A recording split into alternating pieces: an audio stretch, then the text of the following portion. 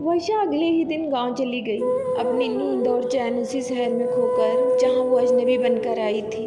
वही शहर जो पहली बार उसे कैद खाने से कम नहीं लगा था, जहां से रिहाई के लिए वो दिन रात गिनती रहती थी। आज जब वहां से जाने लगी तो कितनी बार मुड़कर देखा था वर्षा ने पीछे। उसका वश चलता तो फिर से कैद हो जाती। इंसान लाख समझाए दिल को, फिर भी दिल है कहाँ सुनता है अपनी। ऐसा महसूस हो रहा था जैसे वर्षा ने अपनी बहुत कीमती चीज़ खो दी हो उस अजनबी शहर में। पर क्या करती वो, अपने दिल की उलझन बता भी तो नहीं सकती थी किसी को। वो खामोशी से गाड़ी में बैठ गई। धीरे धीरे गाड़ी रफ्तार पकड़ने लगी। ज्यों-ज्यों शहर पीछे छूटता जा रहा था, वर्षा की मायूसी भी बढ़ती जा रही थी।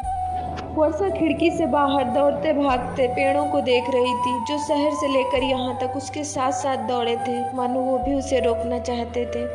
तभी स्टेशन आ गया। चलो वर्षा, जल्दी उतरो, गांव आ गया। पापा ने उसे झकझोर दिया। वर्षा ने अपना सूटकेस उठाया और नीचे उतरी। कितना कुछ बदल गया था इतने दिन में। गांव की वो टूटी फूटी सी सड़क जिसमें बरसात के मौसम में अक्सर पानी भर जाया करता था, मरम्मत के बाद तो अब वो बिल्कुल नई और साफ़ सुथरी नज़र आ रही थी।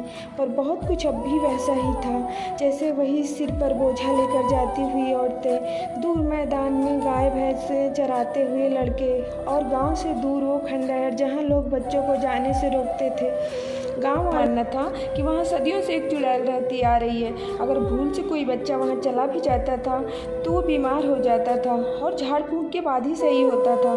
गली के मोड़ पर वो दीनू काका की छोटी सी दुकान, जहाँ अक्सर बच्चों की भीड़ जमा रहती थी। दुकान तो अब भी थी, बल्कि अब तो वहाँ और भी बहुत सी चीज़ें बिकने लगी थी। पर दीनू काका, जो जाड़े के दिनों में अक्सर फटे कंबल में लिपटे, सिर पर एक मैली सी टोपी लगाए, आग के पास बैठकर चिलम चढ़ाते रहते थे, वो नहीं दिख रहे थे। पूछने पर पापा ने बताया, कुछ दिनों पहले दमे से उनकी मौत हो गई और आजकल इस दुकान को उनका बड़ा बेटा संभालता है। अरे वर्षा बिटिया, हाय राम, कितनी बदल गई है। तभी एक बुढ़िया काकी ने आकर वर्षा का माथा चूम लिया। यही तो थी सुखिया काकी, जो बचपन से ही वर्षा को बहुत प्यार करती थी और वर्षा के पड़ोस में ही रहती थी। वर्षा के बाबूजी का गांव में बहुत अच्छा खासा रुतबा था। गांव में कोई भी काम उनकी मर्जी के बगैर नहीं होता था। सभी उन्हें झुककर सलाम करते थे।